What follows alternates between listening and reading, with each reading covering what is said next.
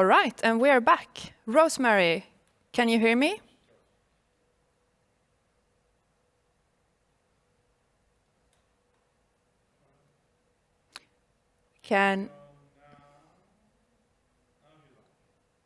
Okay, are you live, Rosemary? Switch to my mobile network. I apologize for that. Okay, I can hear you loud and clear. Welcome. Perfect. Welcome. All right, are you ready for your talk? Sure. How do I move the slides here? You're going to bring them up. Okay, perfect. Excellent. So welcome, everybody, and thank you for your interest in looking at a little bit of research that we've done. First, I'll explain a little bit about who I am. So as everybody else here probably that creates games, I'm interested in all things that have some kind of an art form and storytelling. And of course, that then really works out as very, very long hours. I have a background in technology and in storytelling. So I've worked for a lot of large companies, none of them gaming, except when I then switched from the last company that I was at, Microsoft. I joined a startup, and they were using gaming to change urban environments.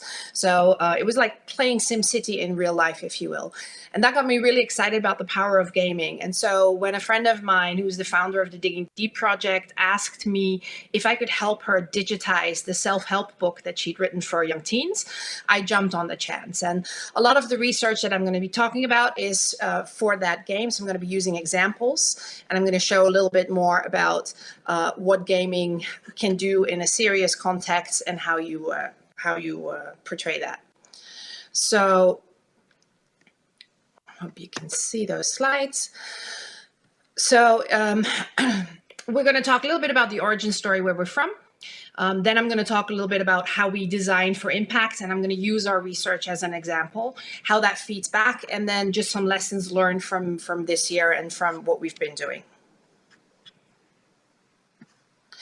So the Digging Deep project, just to set the stage, is a nonprofit organization, and it's mainly been used for the book called Digging Deep. It was a book that helped young people that had chronic or serious illnesses really figure out, what was going on with them, going on in their life, and also really build emotional resilience.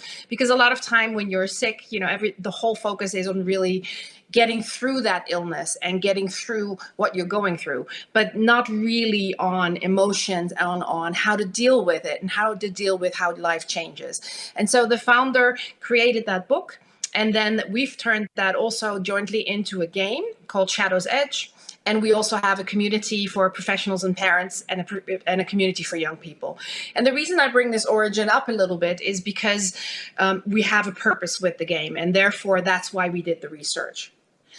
So everything that we do is really designed to create impact. Picking a game was not random. So we started with a bunch of research on the market and looked at who do we want to target, and we knew we wanted to really help out teens, specifically the ones that have chronic and serious illnesses, because that was our audience with the book anyways. But we also wanted to make sure that we, hit a little bit of a wider target, because especially this year, everybody is dealing with something. And so we really also included anxiety, depression. So we looked online and we did a big data study on that. And I'll explain a little bit what we did. And that then informed the design of our game. So what does that look like? Well, this is a little bit of a description of our game loop, as I would say. This is basically how we run around really getting the impact. Because if you want to figure out how things work, you have to start somewhere. You start with really figuring out, okay, where is my audience? So you look at how many people do we want to interview, and to do that, you have to really make sure that you survey. We really started with a big audience. We did data mining. We then narrowed it down, as you can see, through certain criterias, and then you sit them down, kind of like with speed dating. You do very short interviews to see if they qualify for one of the types of studies and one of the types of research that you want to do. Once you've done that, you get into the actual research. Now, of course, in parallel to this whole process, you have to actually prepare all of that research. So you have to know, what are the criteria? What do you want to measure? How do I measure this? Who helps me with that? And in the case of using information for chronically or seriously ill young people, you have to make sure that it's all validated, that you have professionals on your team. And also you have to make sure, of course, that what you're doing also works for the young people, because forcing them to take some kind of a survey, but they're not really interested in what you're doing or in the subject, doesn't really help either. So to get those people into an interview room, as you can see on the top right, that's number one, to really get the right audience with the right criteria and who are really interested, who have a problem and are really interested in solving it. So it's a little bit less about the game at this point still. It's more about, what are we trying to solve? And in parallel, you're trying to figure out the process as to how I can measure if I have solved the problem, that, how does that work for me? And how do I do that? How do I measure that? How do I prove that? How do I create that evidence that says, yes, what you are doing is working? And then there's a third process that runs in parallel, and today I'm going to talk a little bit less about the game development, but really more about how we set up the studies and where it comes through. But in parallel to this, of course, you already start preparing, because to create these surveys, you have to actually have something for them to test, and you have to have something for them to look at. Sometimes that's mock-up, sometimes it's a prototype, sometimes it's a full game, specifically if you want to go into longer studies like clinical studies or really user experience for the longer term, then obviously you need to have the product available. And with that also comes a lot of responsibility to then make sure that that product doesn't change during these studies. So you're going to have multiple versions of your product. So one thing, as you see here, is getting to the patients or getting to your players. And the other thing is then really making sure that everything that you do gets you ready to be able to talk to them. When you then conduct those interviews, then comes the next hustle, because then you have to bring the results back. And you have to figure out, what do I do with those results? How do I interpret what patients and what players have said from the game? How do I then turn that into some design elements? So as an example, people told us that they would love to communicate with other players, or at least have that feeling of connection. However, we also knew we're a very small company, and if you do want to really communicate, we didn't want to build a Facebook or an Instagram or any of that. And in addition, in a lot of these communities, you have, very strict monitoring rules. Even more so if you're dealing with people who have potentially been diagnosed with depression or other mental health condition. And so there's limitations to what you can do, and you have to become creative. Then you start implementing that into the game, and you would think, yay, we're done. We can really deliver something. But no, if you really want to validate everything, the actual process starts from scratch. And you do that really during a long cycle, depending on the studies. So let me talk a little bit about the studies that we have done. As I said, we started with some big data market research. This we didn't actually do ourselves. We commissioned this. So we had an agency that really specializes in this kind of thing, and we gave them the criteria. What do we want to know? So we wanted to find a couple of groups of people. We wanted to find 17 to 24-year-olds who may or may not have a chronic or a serious illness. So either they have been impacted by that, they have had one, they're now through it, they're still within it. So in various stages, we really wanted like a big crowd in that area. We did the same thing then for younger people, for 13 to 18-year-olds. And then because we didn't have a lot of data there, we did the same thing for 24 to 30-year-olds. Those first studies that we did and that data that we gathered were over 14 million conversations harvested from anything from social media to topical sites to things like, cancer associations or diabetes associations to messaging boards, for example, or, in school kinds of messaging boards and applications. And then we had to obviously work on all of those results. So keep in mind, this is in parallel while we are already starting to develop the game so that we can really make sure that we have something to be able to test.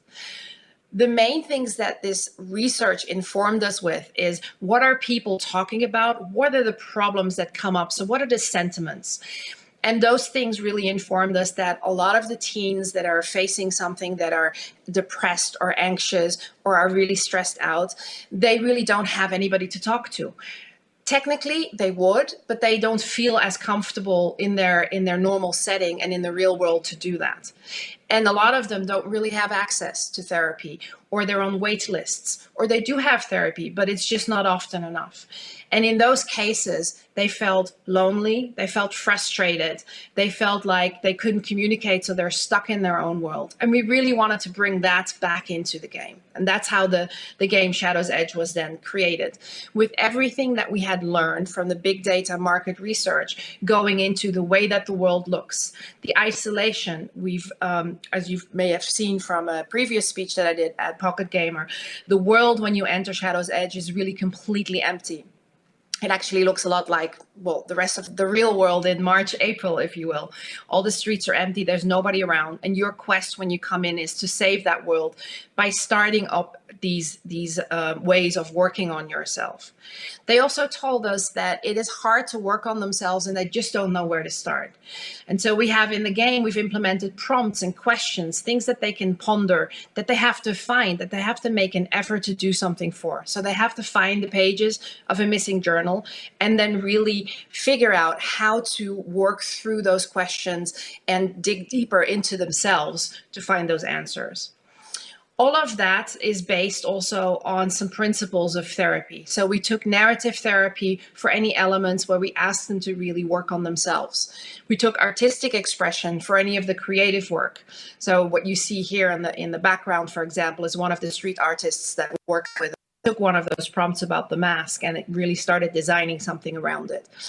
And then we went back to the big data market research, and with what we've built in, we started asking different questions. If there was something available, would teens actually want to use it? What age groups would it be good for? And we started finding out while we were building the game that the audience were actually older than we expected. We had wanted to target teens, so 13 to 21, and we found that our sweet spot was really turning out to be 17 to 24. So big data research may not be easy. A lot of it, there's specific tools involved. These tools can also be very, very expensive, but it's really worth if you want to really find the right audience for you. Because what we then did from that is really, we had a profile of who our players were. We created player journeys and figured out, okay, these are the kind of people that we now really want to do something with in our further study. So with our beta program, we then set up what we called a psychological impact study. Now, we did that study ourselves because we wanted to be fast about it. And a lot of the research, actually a lot of time goes into it. And so we worked with a department of the Dutch government for mental health. They specifically are looking for digital tools. And we worked with University of Twente in the Netherlands, who helped us come up with the research, if you will, and also the questions and the surveys and how the methodology of actually measuring if what we were doing was working. So we set up the study, and it was 6 weeks with 55 players. All of these players had some kind of diagnosed condition, be it from trauma to cancer, Lyme disease. We have people that had severe depression, for example. And we really looked at the narrower criteria that we got from the big data market study. So the age group was 17 to 24, with the median being around 21. We then set up that they had to play a certain amount of time, and we looked at how do you measure that somebody becomes mentally stronger. We call that resilience. And we looked at 7 different types of factors that can influence resilience that we thought with our game we could actually do something about. One of them, for example, is proactive coping, getting them to do something so that they feel they have a more active role in their health. Another one was optimism, trying to really see something good in what is happening to you and derive meaning from that is another one. So with the study criteria that we had from the big data market search, we then really figured out with these 2 institutions, how do we set it up and how do we conduct it and how do we measure it? The players got a baseline survey at the beginning and then a survey at the end, the same survey basically, to see how they improved. We gave them certain scales of feelings and emotions. We also did impact interviews, and we had player diaries, and we had a psychologist on call in case something happened or in case there was some feelings or things that the players weren't able to deal with. And what you see here in the background is just some of the outcomes from the psychological study where they told us what they were feeling. So we found that specifically in 3 areas, the game was really creating an impact. That's optimism, positive self-identity, and emotional regulation. That means being able to handle your emotions and recognize them a little bit more early before they become too strong, and being able to do something about that. And so we knew that those 3 factors were actually really good, and that's something that really sticks also to build resilience. And so one of the things that we then looked at is, okay, what can we then build into the game? Because in parallel, of course, we did ask these players, so what would you see in the game that would help you more? How can we change certain things?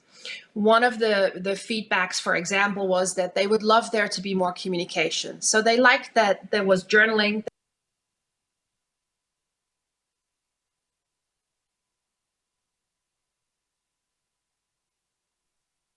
They could paint and they could really vent through graffiti. They liked the grittiness and being able to vent. But then it had nowhere to go. And so one of the things that they really wanted us to do is create a community within the game, which we then did. So in this in-game community, you can now take a picture of your world and you can share it with other people. Within confinement of, having to be compliant for HIPAA and COPPA and all those kinds of things, we really wanted to make sure that you can share, but you can't really interact with other people to be able to and allow us as a small company not to have to really monitor too much. Obviously, we do monitor the content during images and with limited comments in there. And so those were some of the outputs that we put in there. The other thing that we knew is, okay, well, this is a study we did. How do we now really make sure that it's officially and clinically validated? How do you set up a further study? And so we gave out a grant, and we had Loris Children's Hospital, we had Loris Children's Hospital do a clinical trial. Now, the clinical trial wasn't really for impact in the game.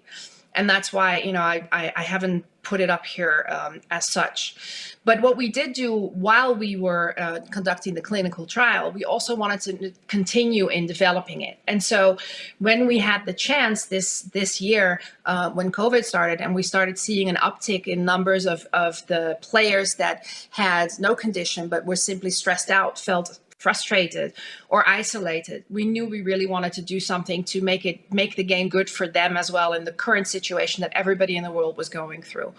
And so we really hustled, and we started taking a lot of the psychological impact study work back into the game.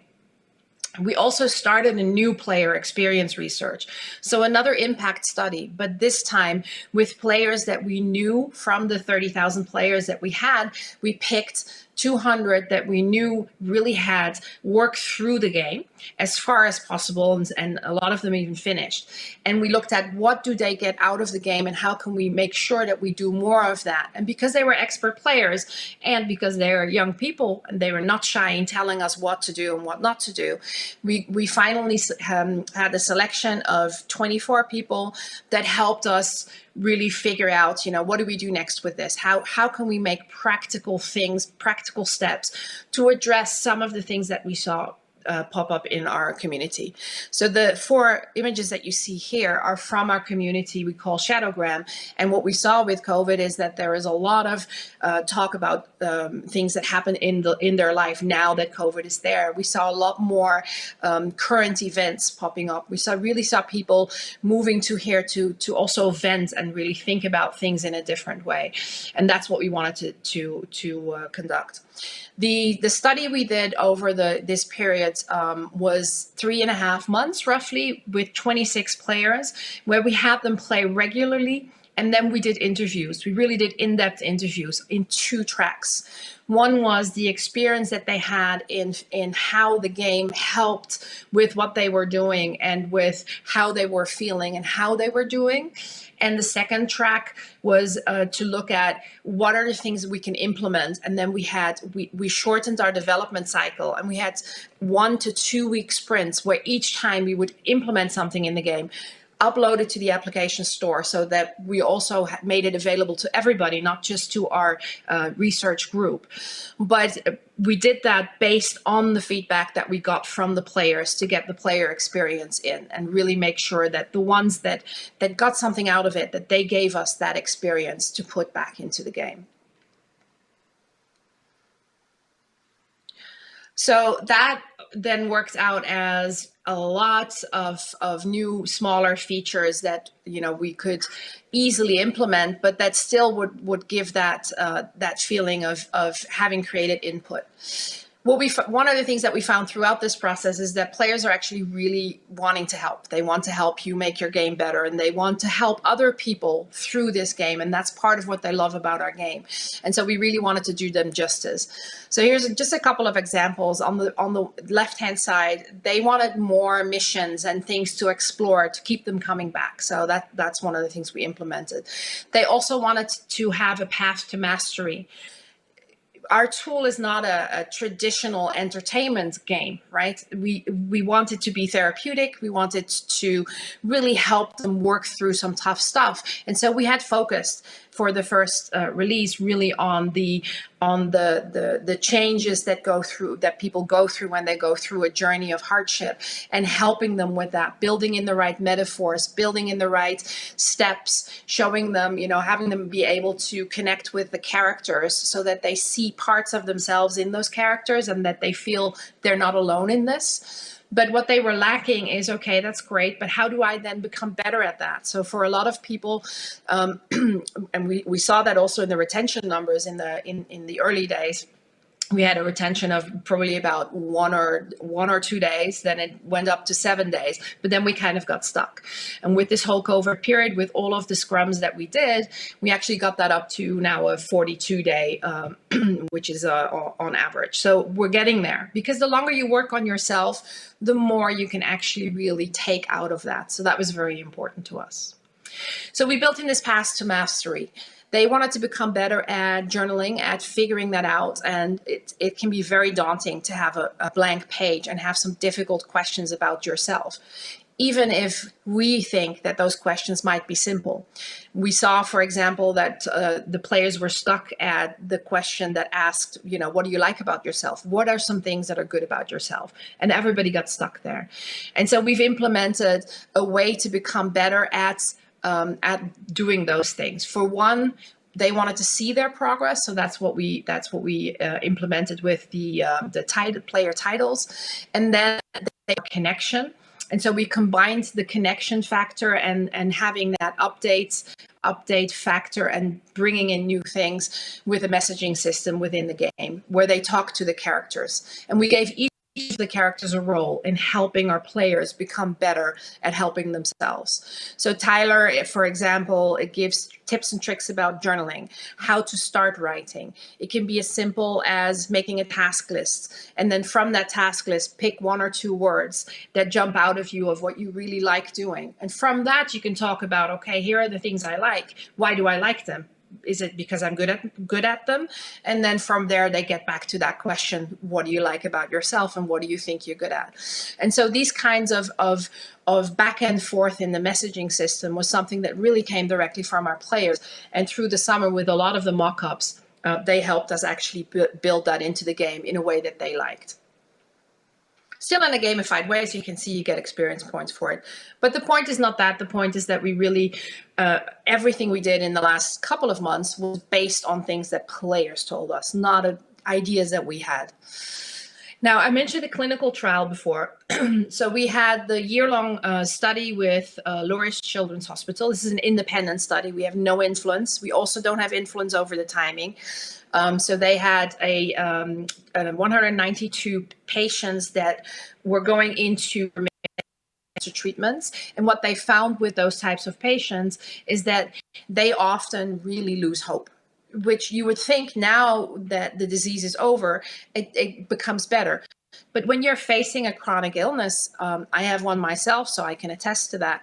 While you're in it, it's not about how you feel about it. It's not about dealing with it. It's really about, okay, how do I get through this? How do I survive this? And so a lot of the patients, when things then start to ease up and you start feeling better, that's exactly where it then hits you. Oh my God, I've lost a year of my life because of cancer treatments. Oh my God, I've lost friends. I'm behind on school. What do I do for a future? Do I even have a future? Because it can come back, for example. And all those types of questions really give them a very big variability in emotions. And so that's one of the things that we really wanted to try with the clinical trial to prove out if that works. So we don't have any results published yet. We're dependent on the schedule of Loris Children's Hospital.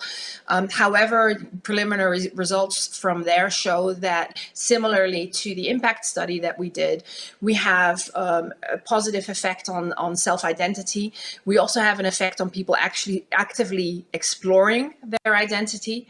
And we, compared to the control group, there is a much more proactive coping going on. So people that are actively really seeking out ideas and things that they can do. We also had an effect on emotional regulation. So really being able to handle things earlier and bring them up and actually starting to communicate. And from a lot of the anecdotal references that we saw, we know that a lot of our teens started to use the game to actually talk to other people and talk to their parents, talk to their friends, and really reach out to people. And that's something that for us is really special when we hear those stories that friends, that said, I never knew that my kid felt this way, for example. So this is sort of the 4 prongs that we build research upon. So it's the big data, market research, impact studies that we do ourselves, but that we really work with partners, with clinical psychologists. And then the player experience to really make sure that we keep it current and up to date. And then we will do further clinical trials as well, depending on the subjects we want to go into. For example, really look at the depression scales and see what we can do in that specific area, non-cancer related. We have roughly 30,000 downloads, and the player time went up this year from average 6 minutes to 12 minutes. So that's pretty good for us, with people really coming back up to 42 days. So that's better. It's in nowhere where we want to be, but we also didn't want to really just reach out and just build something, right? We're building this very slow and steady and really getting into what this is good for and why this worked. So I wanted to also talk a little bit about, some of the anecdotes that we've had, just the feedback from other players, from people who helped us, from psychologists, and also from partners who we've now started to work with. So here's just a couple of musings and thoughts. What we observe is that there's in the player groups, there's a large group of people who really want to help. They love the games. They come in there for different reasons. So some of them come because they like journaling. Some come because they like art. Some find us through their therapists, through their family. And some people really are just looking around for something to help them because they're feeling stressed. So they're looking for words like stress, anxiety, etc. A lot of this matches up with the big data research that we did at the beginning, but also because not everything was matching up, and because we now have a much wider audience and not just chronic or serious illness patients. We did another big data study just this year that looked at general teen well-being, and we went out on the street and actually interviewed people for a short documentary that we're working on for teen mental health.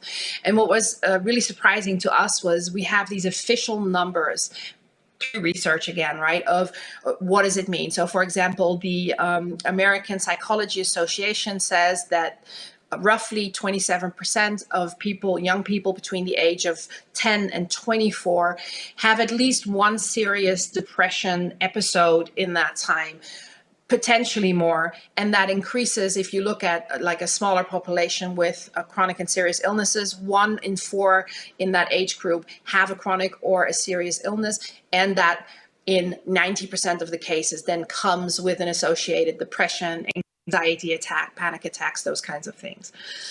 So you think 27%, that's already very high. That's the research that the APA did. Now, with the World Health Organization, if you really actually look at clinical studies and who is clinically depressed and who's clinically really feeling bad or has a mental health condition, then those are lower, because in the general market research, obviously, there's really just people that have experienced it themselves, but not all of them may have gone through a doctor. But when we went out on the street and we did our big data study and really just simply asked young people in those age groups, we asked them the question, what do you think, how many people now in 2020 are having mental health issues? So it could be severe depression, it could be really anxious or very stressed out, but really who's not feeling well at all mentally. And all of them said at least 40%, some of them even up to 70%. So on average, they said 40 to 50% of the people around me that I see are facing something and have episodes and are depressed or even going to the doctors for it. And so if you see those numbers, then you can see that with the research, you can't just rely on data you see on the internet. You have to go out on the street and then see what it does.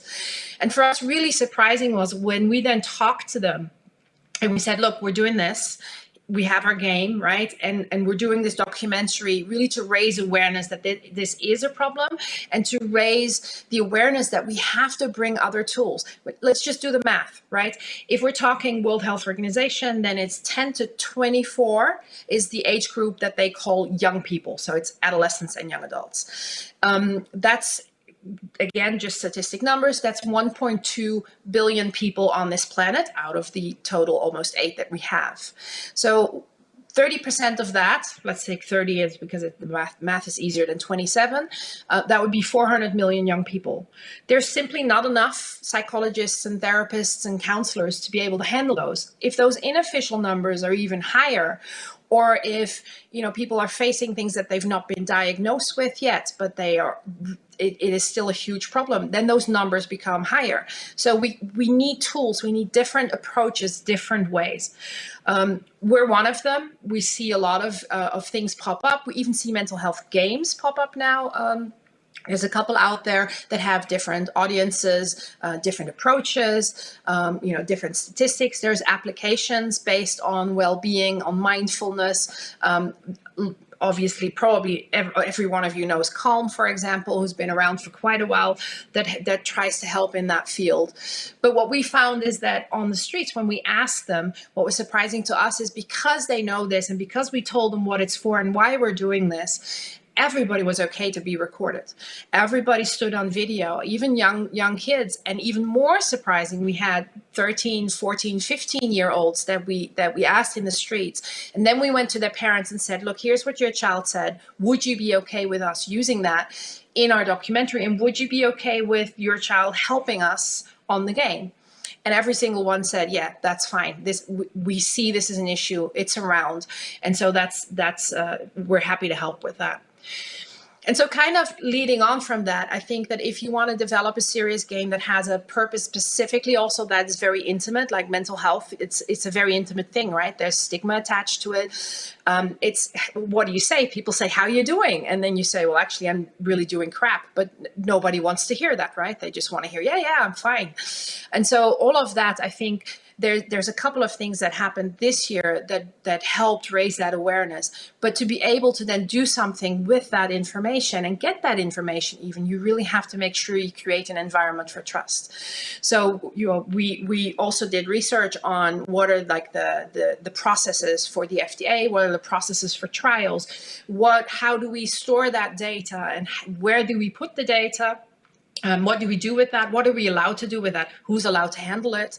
What's the process for handling it? What happens if we then, because we are working with young people, then also have to show that data, for example, to the parents? How do we handle that? How do we make sure that is secure, that it can't end up anywhere? And so, as you can see from all of this, just building a game is a smaller part. What becomes bigger and bigger and bigger as you start creating impact is really making sure that the people that you do this for are happy with this, that it's working for them, and that even if the numbers seem small for the downloads, what we know is we are actually really making a difference in those people's lives. And that's more important, to really get that stabilized and then grow, rather than just, put your game out on the market as soon as you can and then really start marketing it. So creating that environment for trust can be a very costly thing, because you have to make sure the processes are in place. It's not a short-term thing to do. You have to get all kinds of approvals and legal issues and consent forms and all those kinds of things. You have to build mechanisms into the game to be able to do that. And all of that is based on the various parts of research. As you saw, the 4 parts of research that we do, plus then also what you have to know about legal and technical issues. Another thing we really learned from this is that we have to be very much stricter of designing in a learning loop. We started out with a nice small learning loop for a beta, but then we went to bigger steps because we wanted to really implement more features, bigger features, and we also wanted to work more with partners. And what we now are finding is that for the players themselves and for the people who we are doing this for, we really have to make sure that we keep it short, that we keep it current, that we keep on feedback from them, really put that into the game. So instead of doing certain releases and then having a bit of research attached to that, we are now in a constant search loop of, testers getting something done, each of the sprints that actually has actual testers that fit our profile of what we're really looking for and what they're trying to solve. And then any update, even if it's a 2-week sprint, it gets moved. It doesn't get designed unless these teens or these young adults have actually signed off on it and said, yeah, that is an improvement. We are doing this. And so that's a constant loop of finding the testers, which brings you back to the data research, to the market research. Where do we find those testers? Where do we find new people? We can't just use the same, let's just say 26 that we used in the summer, for example. We have to keep mixing it up to get fresh eyes on it. And so it becomes an actual long playing loop, if you will, to design. In addition to this, we've had quite a bit of luck this year with getting some grants and some partnerships. So we managed to get a grant from a Swiss organization to help raise awareness for the topic, which has informed a lot of our research, like, for example, the documentary, the questioning that we did. We also just recently have gotten a grant to work on a release that will be applied to a very specific audience for young people who have dealt with abuse, with violence and all those kinds of things. And so therefore, we're setting up a new, larger research loop. And the reason I'm explaining this is because apart from these mini loops that we are doing, we also constantly have the bigger picture in our head, where we want to help as many people as we can, and not one size fits all, but also we have to make sure that we get the bandwidth as a small organization to really be able to do those and to handle those. And so we're teaming up with partners. We're teaming up with partners from the healthcare sector to make sure that they can help us really find those audiences that are very specific. For example, we're working with youth centers for adverse affected youth and other organizations like that. That also means that, we need to make sure that whatever we do in the development actually sticks. And so we're working with our developers, but we're also bringing in an advisory board to help us. The good news is that because we are a nonprofit, everybody's quite open to help us, but it does still mean that there's a lot of coordination. So if you remember from the first bits, there's this parallel world to, you have to get your research done, and then there's a lot of other stuff that has to catch up. We've also seen from these last 5-6 months that more playtime means more impact. So everything we do is driven by really getting our retention up and getting our playtime up, getting them to engage longer with what they're going through. Now, this is not game specific. So we talk to a lot of psychologists and therapy is something difficult, right? It has stigma, just that has stigma attached to it. But even if it's counseling in school or something like that, people don't really, especially young people, they often don't want to stick with it, even though they do feel bad. It feels like homework, right? It feels like something that is not normal, that doesn't come into their into their actual world. So while we are all over the world doing a lot for our physical fitness, we're still not really doing enough for our mental fitness. I think in this part, COVID has been quite good because the awareness is bigger. It's more people talk about it more openly, and also specifically young people actually are starting to reach out and ask for help. So that I think is good. But we really want to make sure that with the tool, we then play into that and we give them that playtime, because the longer they spend with the questions, the longer they spend with their therapy, the better it works in making them more resilient and stronger. And that's why we also started now really partnering with psychologists specifically and really looking at, in the context of therapy, how do you use the game, what works, what doesn't work, and how can we improve the game to make sure that it also fits not just for self-play, for self-help, but also in the context of, for example, a therapeutic setting. And all of that, the most important thing is that to focus on the problem you're trying to solve. We're trying to make people emotionally stronger, more resilient, more able to handle the tough stuff that life throws their way. And what better way to really bring across certain points than storytelling? Because stories have the power to not just bring a point across, but actually really inspire. And so we also keep on working on, not just the story of the game. Obviously, there's a city, it's been hit by a storm. There's metaphors in there about the characters, about the world, about the backgrounds, everything. But we also focus on more on how do we tell the story of what we want to do and what we want to achieve, to be able to get these partners to help us with all of the things we can't do because we're just a very tiny organization. And so we really focus a lot more on the stories of our players, the stories of what they've been going through and where they are going. And that has helped us a lot this year. So with that, if you remember, this is taken in March, when everything just started. And that's actually sort of a corresponding picture of what Shadow's Edge looks like when you come in, where the streets are empty as well. Okay, in Vegas, there's no flying taxis because there has been no storm, obviously.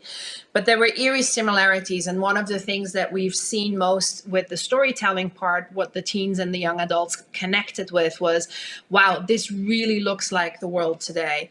And, if we want to help those people make their world more colorful and easier to live in and more fun, and give them that road towards a blue sky and help them become resilient enough to go on that journey and to do that journey, then we need to make sure as developers that we take that impact seriously and do everything we can to build into the game exactly what they need to be able to get there.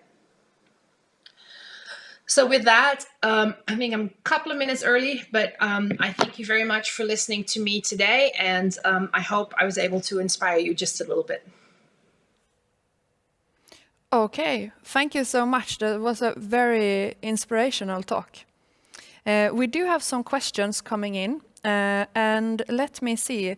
So Liam is asking, you mentioned having 1 to 2 week sprints. Did the length change back and forth during the project, or did you eventually settle for one length?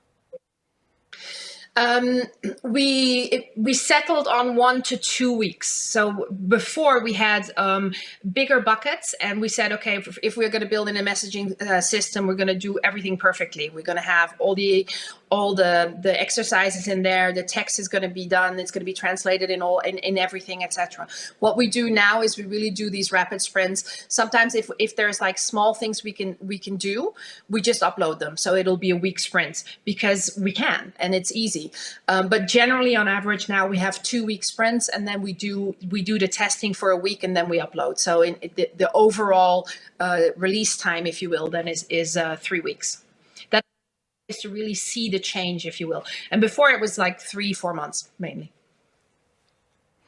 And the next question we have here is from Julia, and she's asking, what are the tools that you use to identify your target audience? Yeah, everything we can find. So there's a tool called Forrester, but the licenses are humongously expensive, and so we were lucky enough to get a partner that's called CM Plus, and they do that type of marketing research for large companies, and they were able to get us a lot of that data. We went through a lot of the research with some of the universities. So we had a few people that did master studies and those kinds of things that did some of the research for us. And then we sneakily asked one of our friends at Microsoft to do some of the big data studies that they did, that they run in the background when people search on the internet. So they use Microsoft's tools. For ourselves to do like basic research, we use brute force analysis, Google, and then we really like to talk to people. So what we do is we go to all of these kinds of organizations that we think has the right audience, and we reach out via LinkedIn, and that's been really successful for us. I mean, we've gone and found youth organizations, adverse affected youth, even military people. We've had youth centers locally. We even had worked with the health department in Australia now, who have 80,000 youth connected to their network. We reach out to hospitals, and all of that is done via LinkedIn, really with targeted audiences, where we send out roughly about 400 mails a week to get to the right audience, and then ask them, do you have teens for us, or do you have young people that could need this? Amazing. It's so nice to hear that there's so many out there that would like to help you. That's super cool.